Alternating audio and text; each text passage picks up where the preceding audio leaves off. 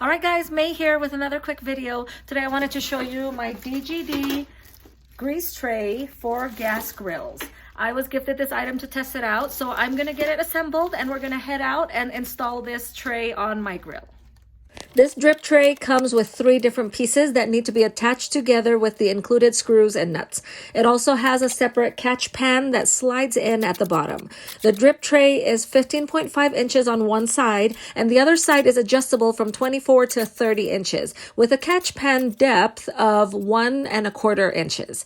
The adjustable width makes it somewhat universal for different types of gas grills, but you will want to make sure that you measure your existing drip pan to make sure that this will fit your grill. My next gas grill is on the smaller end of this range, so I needed to adjust the drip tray all the way to the smallest size in order for me to be able to use it.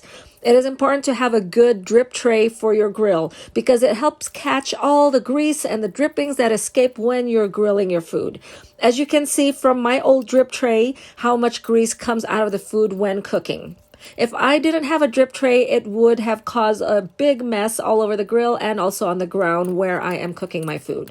The DGD drip tray is made of thick stainless steel material with a net weight of 6.5 pounds. You can actually feel how thick and heavy it is when holding the tray. The 100% grade 430 stainless steel can provide longer lasting protection compared to other thinner trays. And the catch pan at the bottom has a handle, so it's easy to access and slide in and pull out as needed. It is also heat resistant and rust proof. If you are looking for a thick, heavy duty tray to replace your gas grill's drip tray, be sure to take a look at this one.